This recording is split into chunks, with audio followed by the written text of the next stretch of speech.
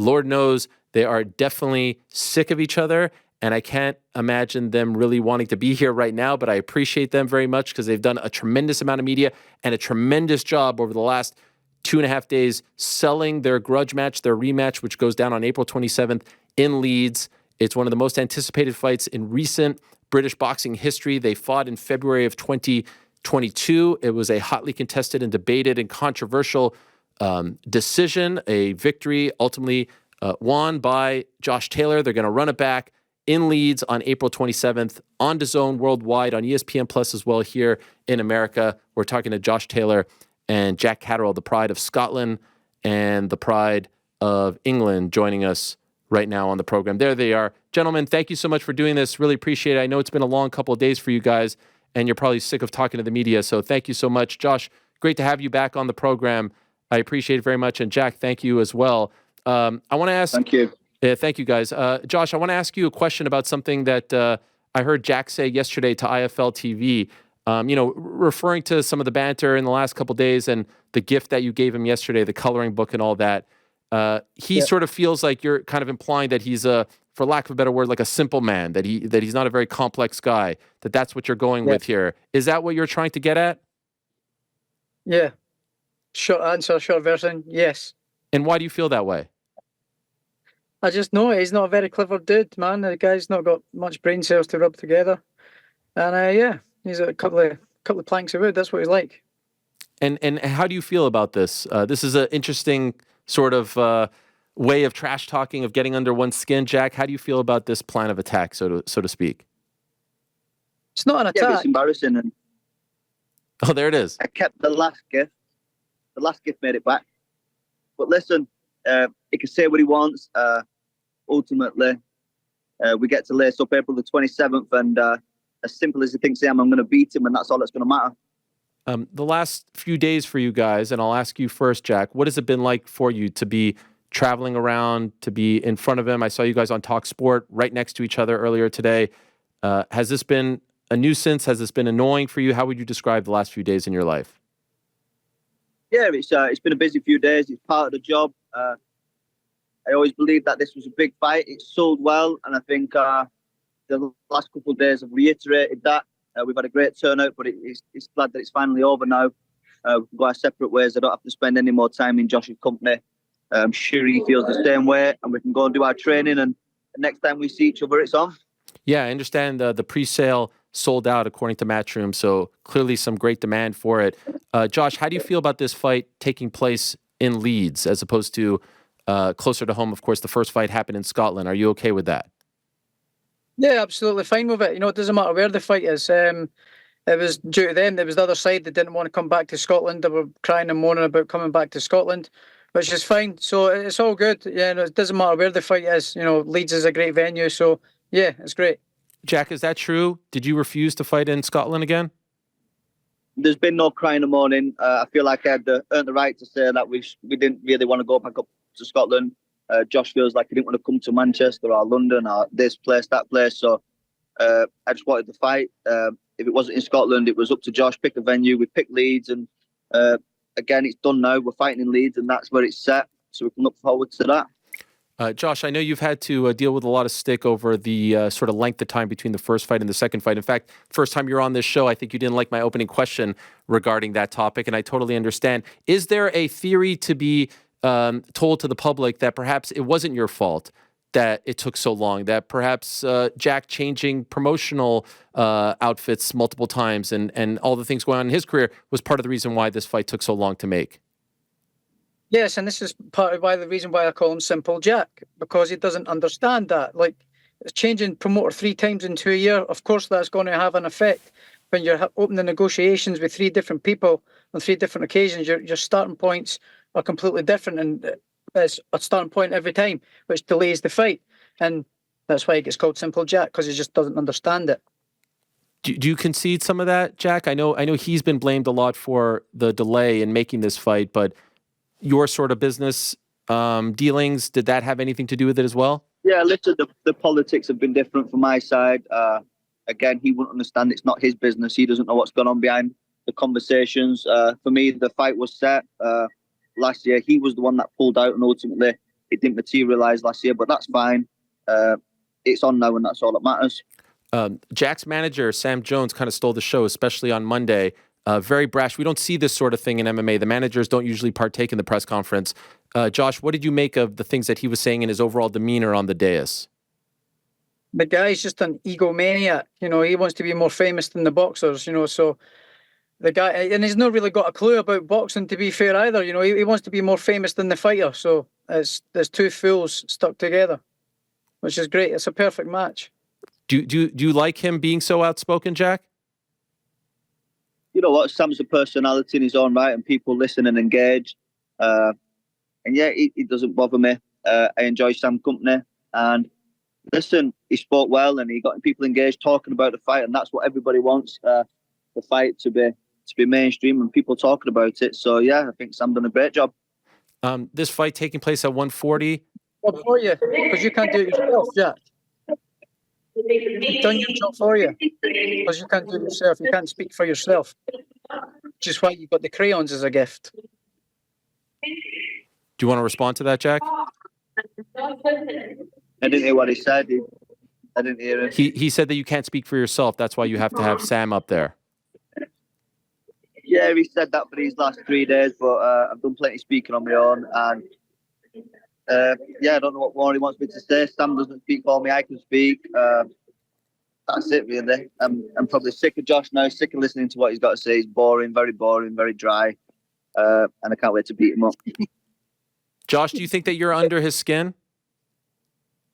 No, the guy, absolutely. He's not got the wit to get under my skin, man. He's so easy to wind up. It's like taking sweets off a baby. Question.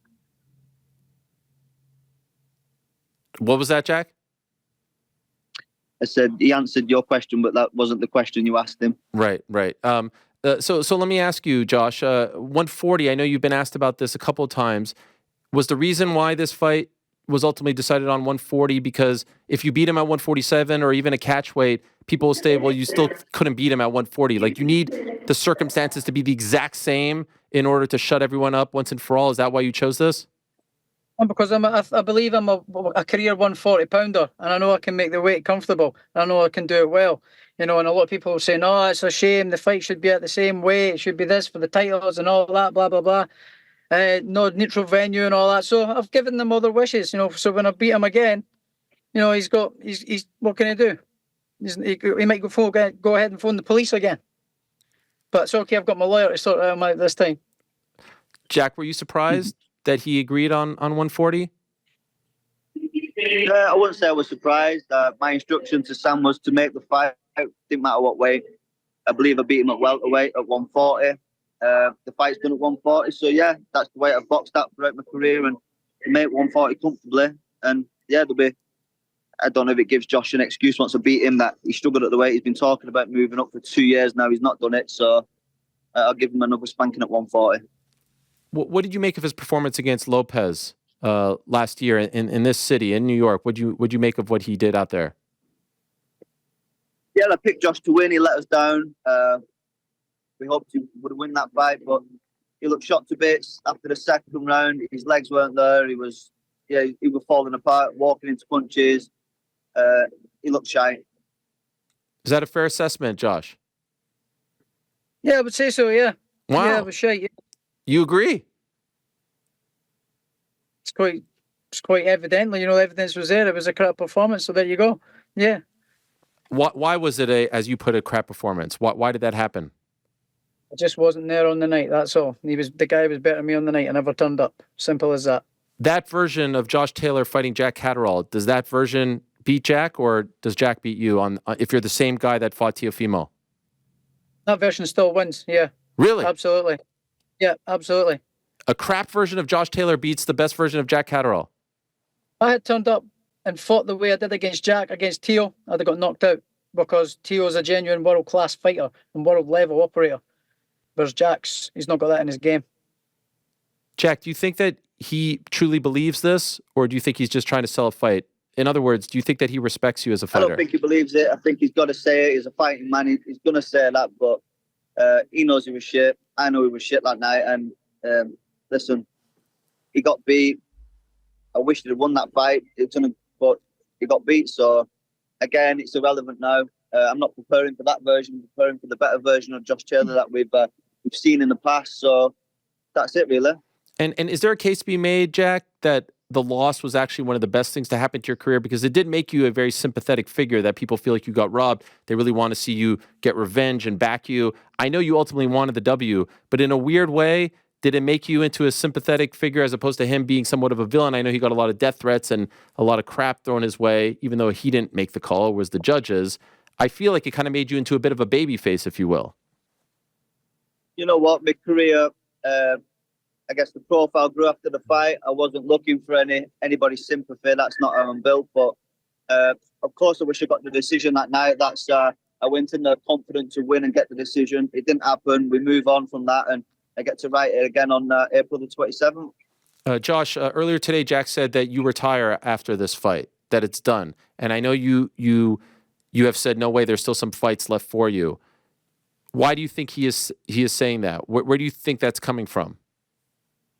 The only retiring he'll be doing will be him, because he'll have a career that's never got going. You know, I'll end his career before it gets started. So the only one that'll be retiring will be him. Why? Because when he loses for the second time, he's got nowhere to go. The guy will never be a world champion. He'll never have a world title around his waist. He'll be known as the nearly man of British boxing. Why do you feel this way, Jack? Why do you feel like he'll retire after you fight him on the 27th? Yeah, I just think if you look at the last run of performances, 2 losses back to back. I believe I beat him, Lopez beat him. His body's falling apart. He's 33. He doesn't live the life. I think he looks shot to bits. What do you mean by he doesn't live the life? When you say that, what are you implying? I've spent the last 2 days in his company. He doesn't look well. He doesn't look fresh. Sweating profusely, stinking, and he just doesn't live the life. And I think that time's caught up with him now. He's 33, and I think he's finished. What do you make of that, Josh?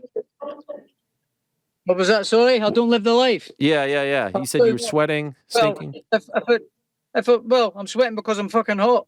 You know, that's how you sweat. Pretty simple, isn't it? You know, and if I don't live the life, how did I become world champion? If I don't live the life, you beat an alcoholic or drug user, and that what you've been saying the last couple of days. How can you let a guy like that beat you if he doesn't live the life? What does that say about you?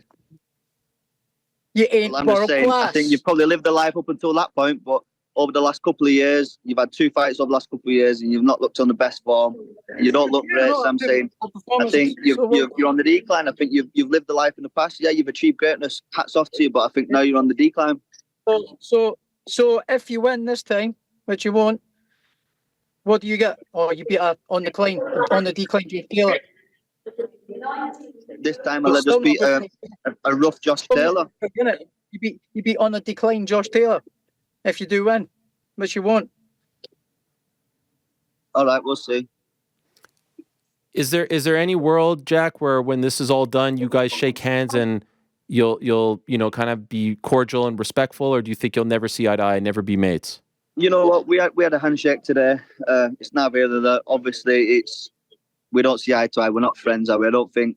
Listen, you never say never. We're not going to go for a beer anytime soon. We're fighting in 9 weeks' time, and that's all I'm focused on right now. Okay. And before I let you go, Josh, I noticed at the press conferences you had mentioned that the Scotland one was, during lunchtime, and the Manchester one was at night. Do you think that they were trying to get a smaller turnout for your leg of the presser, so to speak?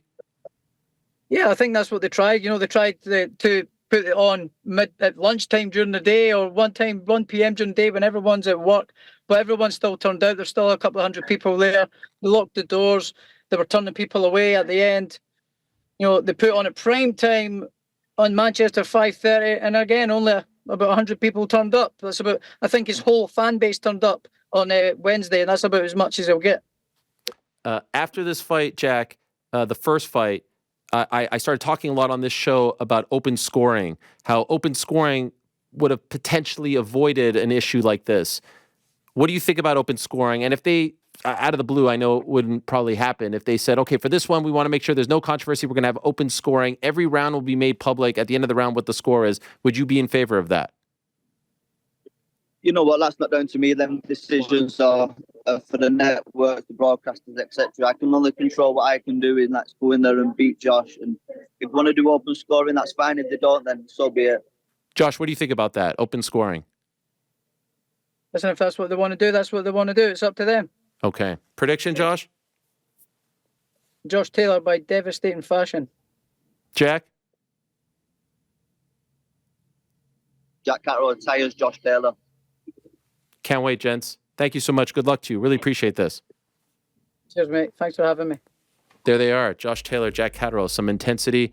And I enjoyed that very much. Thanks for watching. We appreciate it very much. Hey, if you like this video, give us the old thumbs up. Subscribe as well. You could get many more of these videos on the channel. So please do that. We would love you forever if you did so.